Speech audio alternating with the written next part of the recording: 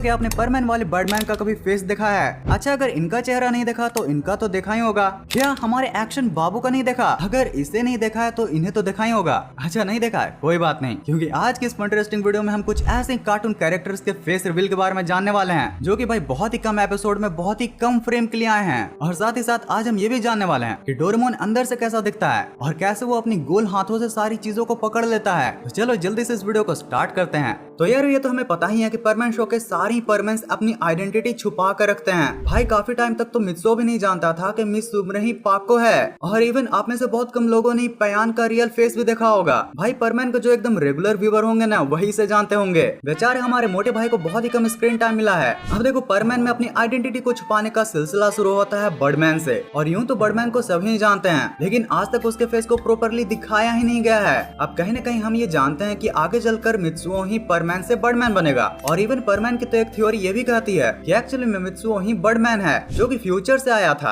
अरे यार, इंटरनेट की गलियारों में घूमते हुए मुझे परमैन का ये एपिसोड मिला, जिसमें बर्डमैन परमैन को एक ऐसा कॉपी रोबोट देता है, जो कि किसी का भी कॉपी नॉर्मल से काफी बड़े साइज में कर सकता है। अब इसके मैजिक को देखकर तो पाको और पायन झगड़ने लगते हैं कि इसे वही यूज करेंगे, बट फिर परमैन उन्हें वहाँ पर रोक देता है। वैसे मुझे ये बात समझ में नहीं आई कि पयान तो ठीक है, पर पाको क्यों झगड़ रही थी? भाई वो बटन दबाएगी तो मित्सुओ के सामने तो उसकी आइडेंटिटी रिवील हो जाती। अब मित्सुओ जब उस रोबोट को बर्डमैन के पास ले जाता है, तो बर्डमैन उसे अपनी गन से फिक्स करते हुए उसको प्रेस कर देता है। अब तुरंत इसके बाद बर्डमैन की एक गलती उसका फेस रिवील कर देती है, जो कि भाई देखने में काफी वियर्ड लग रहा था। अब यार देखो, इस फ्रेम को देखकर कई लोग बोलेंगे कि भाई देखो, यहाँ पर बर्डमैन के तो बाल है, फिर ये कॉपी रोबोट टकला क्यों है? मे भी भाई शायद बर्डमैन विग पहनता होगा। नहीं भाई, बाल की तो छोड़ो, इसका चिन्ह भी नहीं मैच करता है। ये तो बर्डमैन होने से रहा, बट हाँ, यहाँ पर क्रिएटर्स ने हमारे मजे जरूर लिए हैं। लेकिन अगर सच में परमैन ही आगे चलकर बर्डमैन बनेगा, तो वो कुछ न कुछ ऐसा दिखने वाला है। Action mask. हाँ भाई, जापान में एक्शन कामेन को एक्शन मास्क ही कहा जाता है। अब जो सिंचन के एकदम जबरा वाले फैन होंगे ना, वो इसके मास्क के पीछे छिपे हुए फेस को भी जानते होंगे। बट जिन लोगों को नहीं पता, उनके लिए मैं बता देता हूँ, एक्शन कामेन का एक्चुअल नेम गोतारो गो है। और पहले ये बहुत ही गरीब कंपनी में काम किया करता था, बट फिर डॉक्टर किटागावे और मिमिको के मिलने के बाद उसको मिलती है एक एक्शन बेल्ट, जिसे के थ्रू वो एक सुपर हीरो एक्शन कामेन बन जाता है।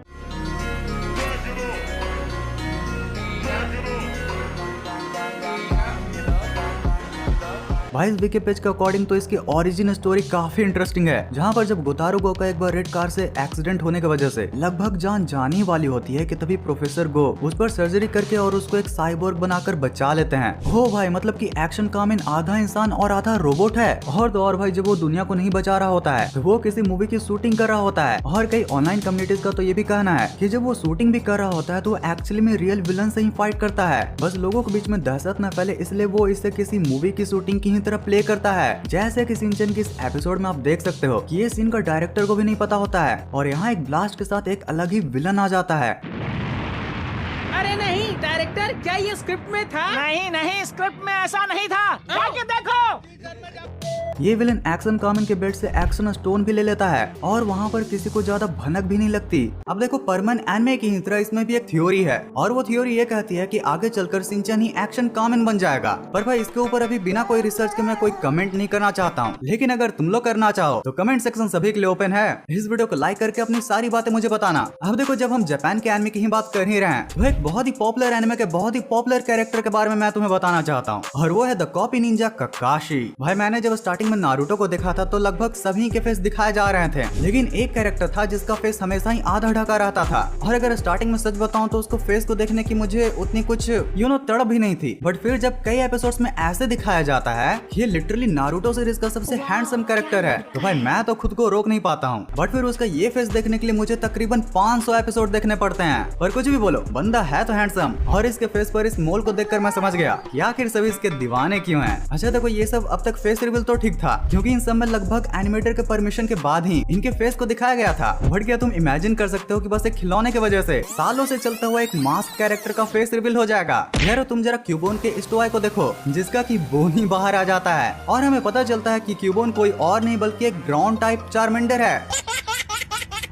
भाई टॉय बनाने वाला अगर इसको सिल देता तो बेचारे का ये ब्लंडर नहीं होता। वैसे चलो फटाफट अब तुम्हें 3 ऐसे कार्टून कैरेक्टर्स के बारे में बताता हूँ जिनका फेस रिवील करने के लिए लोगों ने लिटरली एक फ्रेम जाकर सारे एपिसोड देखे थे। तो सबसे पहले आती है पावरपफ गर्ल्स से सारा बेलम, जो कि मेयर के सेक्रेटरी भी होती हैं, पर ये इतनी लंबी होती हैं कि इनका फेस ही नहीं पता चलता, खास करके इन छोटे मेयर के सामने। और अगर तुम इनके नाम को गौर करो तो वो सारा बेलम है, जो कि ब्रेन के एक पार्ट सेरेबेलम से काफी सिमिलर है, और इसलिए कई लोग मानते हैं कि मेयर तो बस एक कठपुतली है और टॉन में क्या होगा इन सब के पीछे इन्हीं का दिमाग होता है। और एक एपिसोड में सिर्फ एक फ्रेम के लिए इनका फेस कुछ ऐसा दिखाया गया था। अब नेक्स्ट है मैमी फ्रॉम टॉम एंड जेरी। तो टॉम एंड जेरी में आपने मालकिन की आवाज तो बहुत ही बार सुनी होगी, बट एक एपिसोड में दौड़ते हुए आप जरा उनका फेस भी देख लो। भाई साहब अब पता चला टॉम इनसे इतना डरता क्यों है। वैसे यार अब जब हमने परमैन की बात कर ही ली है तो उसी की यूनिवर्स में उसके रोबोटिक साथी यानी डोरेमोन का कैसे भूल सकते हैं। तो अगर तुमने डोरेमोन की 2112 द बर्थ ऑफ डोरेमोन देखी होगी तो तुम्हें ये तो पता ही होगा कि हर रोबोट की तरह डोरेमोन के फेस के ऊपर मास्क लगा हुआ है और उसके अंदर का कंपोनेंट कुछ ऐसा दिखता है। डोरेमोन के फेस में जो उसका माउथ सबसे बड़ा पार्ट है वो कुछ इन बड़े बड़े ट्यूब्स से बना हुआ है, और वह इसके आंखों के पार्ट को देखकर लग रहा है कि ये कोई फ्यूचर का बहुत ही एडवांस फोटो डिटेक्टर लगा हुआ है, क्योंकि हमारे नॉर्मल कैमरे जैसा तो नहीं दिख रहा यार। अब अगर तुमने कभी गौर किया होगा तो तुम्हें ये भी पता होगा कि डोरेमोन का गोल हाथ होने के बावजूद भी वो कोई भी चीजों को आसानी से पकड़ लेता है। वेल उसका रीजन ये है, देख रहे हो भाई डोरेमोन के हाथों में एडवांस सर्कुलर डिस्क होने के साथ साथ उसके हाथों में लगभग 5 ग्रिप्स को बनाया गया है। भाई साहब मान गए फुजिको को यार, इतने सारे लॉजिकल डिटेल्स दिए हुए थे और हमने कभी गौर भी नहीं किया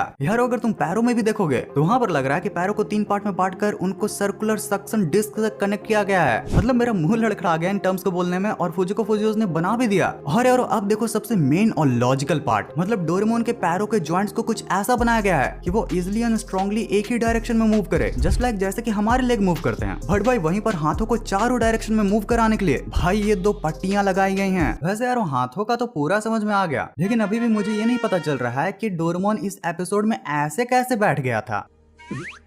I don't know.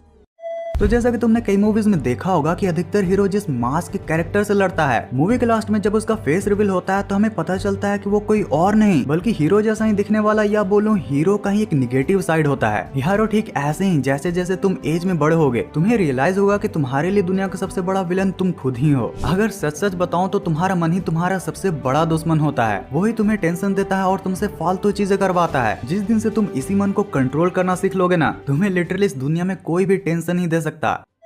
Parenting in India, ये ले बेटा ये भी आयरन कर दे। बताओ यार आयरन मैन को स्त्री पुरुष बना दिया है वर्सेस पेरेंटिंग इन जापान। अरे भाई ये सुजुका के मॉम ने उसे सच में उठा रखा है, मतलब इतने छोटे तो नहीं लगते ये। वैसे हम ये भी नहीं भूलना चाहिए कि हमारी मम्मियों के सामने हमारी कहानी चलती है, खास करके हमारे इंडियन मॉम्स के सामने। If super heroes had Indian moms, जरा देख बेटा शर्मा जी के घर में क्या चल रहा है। बुरे फंसे डॉक्टर साहब, चिंता मत करो, उड़ते उड़ते हवा लगेगी तो थोड़ा और सूख जाएगी।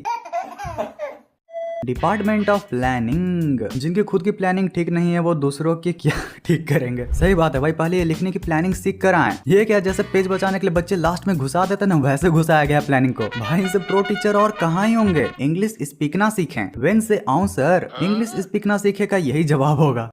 माइनक्राफ्ट बायोम्स भी लाइक, भाई ये बिल्कुल सच बात है। मतलब मैं भी जब भी माइनक्राफ्ट खेलता हूँ ना तो कब बायोम चेंज हो जाते हैं पता ही नहीं चलता। When I watch Chandni Chowk to China for the first time.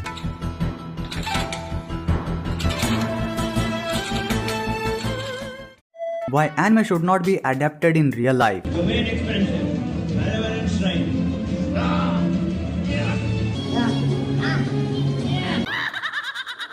At least भाई इन्होंने प्रयास तो किया हमें हंसाने का।